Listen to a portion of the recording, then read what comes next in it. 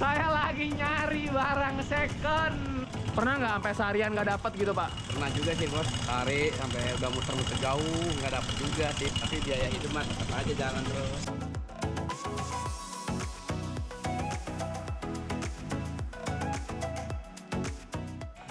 Kilo. 210 kilo. Segini 210 kilo. Set, 210 kilo.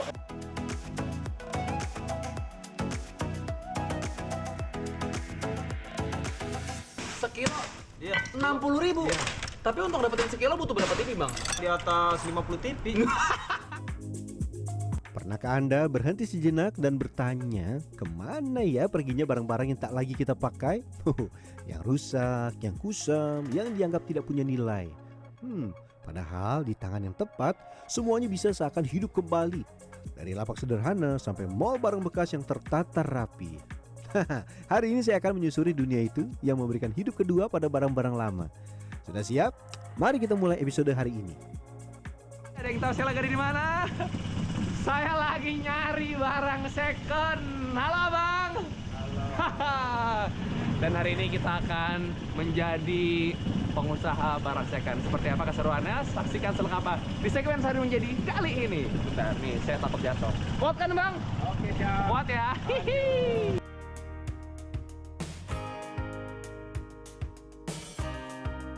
Umumnya barang yang tidak lagi terpakai ini dibagi dalam dua kategori. Ada yang masih layak servis dan bisa kembali berfungsi, namun ada juga yang rusak total atau biaya perbaikannya jauh melampaui harga beli baru. Ini kurang lebih udah sekitar 1 jam. Masih belum ada yang tertarik buat jual barangnya. Barang, Bu. Ya, jadi begitulah kesehariannya yang nyari-nyari barang. Aduh. Sing kosong. Para pencari barang-barang bekas ini biasa disebut sebagai pencari rongsok atau pengepul keliling.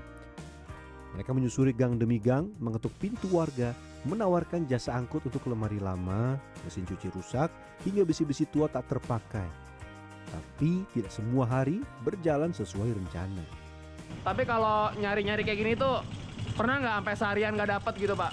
Pernah juga sih bos, kadang-kadang ya tarik sampai udah muter-muter jauh nggak dapet juga sih. Tapi biaya hidup mah tetap aja jalan terus. Dari tumpukan barang yang tidak terpakai, semua dinilai ulang harganya. Bang, sini bang. Tangan pertama. Udah nggak menyala tuh bang, sini bang. Besi rongsokan, kardus bekas, hingga elektronik yang dianggap mati, semua punya potensi di mata mereka. Ini bang Nepi. Ya, mau dijual berapa nih Bu? Nah, sayang sih sebenarnya bang. Iya, udah rusak ya? Betul tapi mahal. Iya. Berapa bang Nepi? Udah 50.000 aja ya. Jangan tambahin ke 70 deh. Iya, buat penglarga. Setelah tawar-menawar singkat dan pengecekan barang, satu unit televisi LCD ini akhirnya dihargai Rp50.000. Hampir kalau ada di rumah yang udah nggak kepake rongsok, saya taruh sini jual. Berapaan, Bu? Ya tergantung timbangan. Kadang-kadang saya jual kemarin jual mesin cuci ya 50.000, ya lumayan lah daripada nggak kepake. Berjam-jam menyusuri jalan, total hanya 3 TV bekas yang berhasil kami dapatkan hari ini. Ciri-ciri kalau kita memang lagi menggunakan kendaraan buat ngelapak, anginnya sering kurang. Angin soalnya berat bebannya. Manual. Waduh, udah. Tapi bukan cuma saya. Di wilayah kota Depok, Jawa Barat, tepatnya di Kelurahan Kukusan, Beji, kita bisa menemukan banyak lapak barang bekas, mulai dari yang sederhana sampai yang berskala besar. Nurholi sudah belasan tahun hidup berdampingan dengan barang-barang yang tidak lagi dipakai warga. Ia tahu persis mana yang masih bisa diselamatkan dan mana yang tinggal menunggu waktu untuk dilebur atau dijual kiloan. Warga perumahan sampai perusahaan acap kali menjual barang lamanya ke tangan beliau. Nah, kita mulai dari barang yang selalu akan dijual dalam bentuk kiloan. Ada plastik, besi, aluminium, tembaga, hingga kardus. Semua punya tujuan akhir di peleburan. 10. Ini batunya 210 berarti. 210. Ya, 210 kilo. 200 kilo. 210 kilo. Segini 210 kilo. 210 kilo. Karena kan ada tatakan juga kan. Set 210 kilo. Ya. Bila sedang banyak seperti ini, tempat ini bisa mengumpulkan sekitar 3 ton kardus dalam sehari untuk langsung dikirim ke tempat pengolahan. Susunnya gimana, Bang? Susunnya asal aja. Susunnya tinggiin. Oke. Set banyak banget.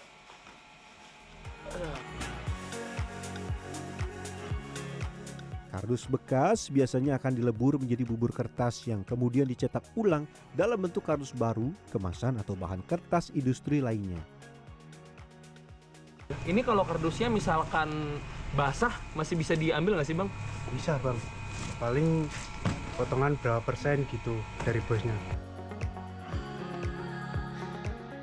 Tidak hanya kardus, yang juga melimpah dan sering terlihat di lapak adalah aneka jenis besi. Berbagai ukuran dan bentuk semuanya siap untuk diolah kembali.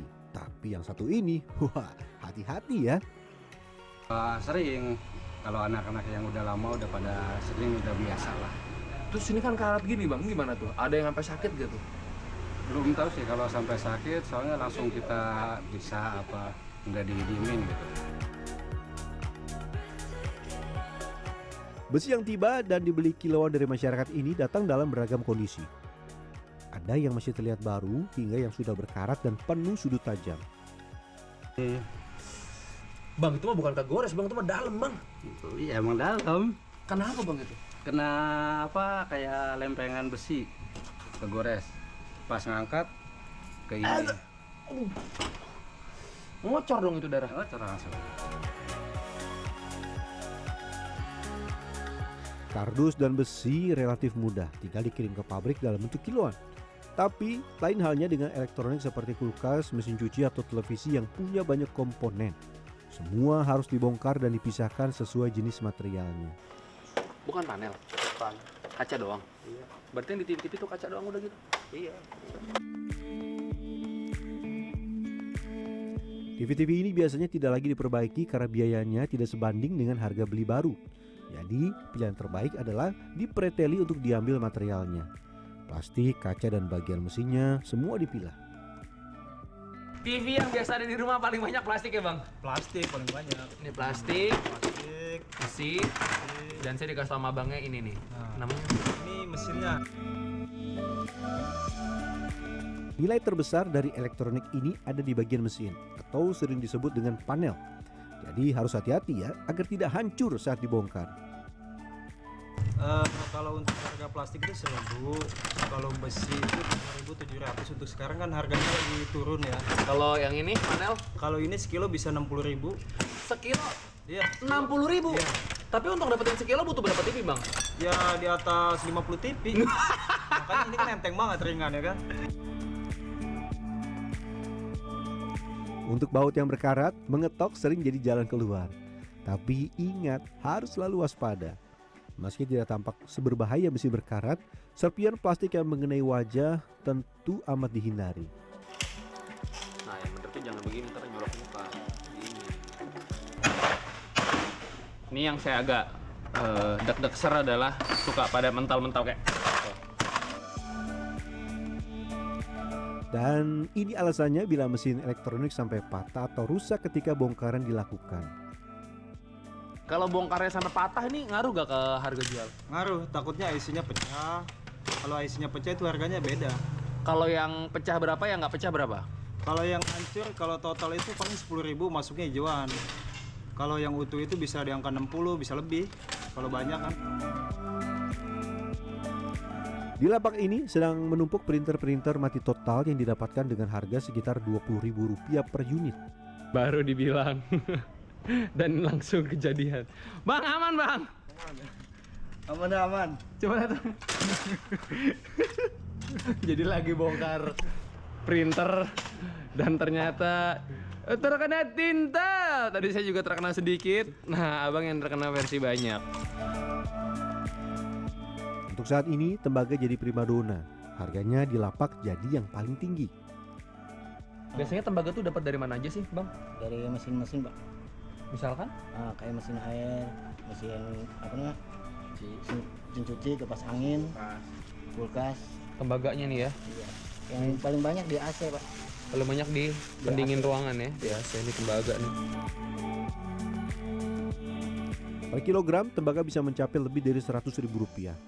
Ini jauh berbeda dengan plastik yang hanya seribuan atau besi di angka Rp3.000. Ini untuk saat ini harganya memang lagi bagus. Per kilo itu bisa 120.000. 120.000. Iya, Wow, ini yang paling mahal. harganya Kalau lagi bagus ini. kalau bercandaan abangnya, ini adalah emasnya pengepul. Tapi kalau barang bekas itu bisa naik turun. Paling rendah? Paling rendah bisa di angka 60 waktu itu. Walau menerima barang rongsokan, namun ada pengecualian. Umumnya lapak-lapak seperti ini tidak membeli suku cadang motor atau tabung gas bekas yang terindikasi tindak kriminal. Untuk kayak sepeda motor itu saya nggak beli. Kecuali memang motor itu ada surat-suratnya STNK BPKB. Walaupun itu motor jelek gitu kan, itu harus ada surat STNK BPKB walaupun buat dipotong gitu. Kalau untuk tabung gas kita beli, tapi kita harus tahu itu rumahnya di mana. Tadi kita bicara barang yang tidak bisa lagi digunakan. Nah, kalau masih layak pakai, lapak tidak akan membawanya ke pabrik untuk dilebur. Sebaliknya, barang itu dibawa ke jasa servis untuk diperbaiki dan dijual kembali.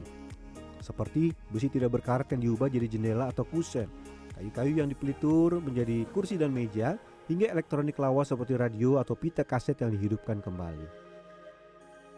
Harganya lebih lebih murah ya. Ketimbang kalau kita beli baru kan sayang ya, karena mulai bisnis baru sih. Mending yang second tapi condition good.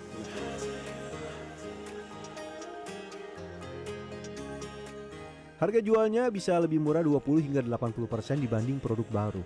Tergantung kondisi dan keahlian Anda menawar serta menaksir. Lalu, bagaimana jika barang yang sudah diperbaiki ini tidak laku dalam waktu lama, bahkan rusak lagi? Kira-kira kemana ya tujuannya? Dia dikeprek, dijual, dikiloin. Kalau semuanya udah terlalu banyak, ya kita kiloin ke pengepul. Langsung. Ya kita perbaiki, kita bikin sesuatu yang berbeda. Dan begitulah, di tangan mereka barang-barang yang nyaris tak bernilai bisa kembali memberi manfaat.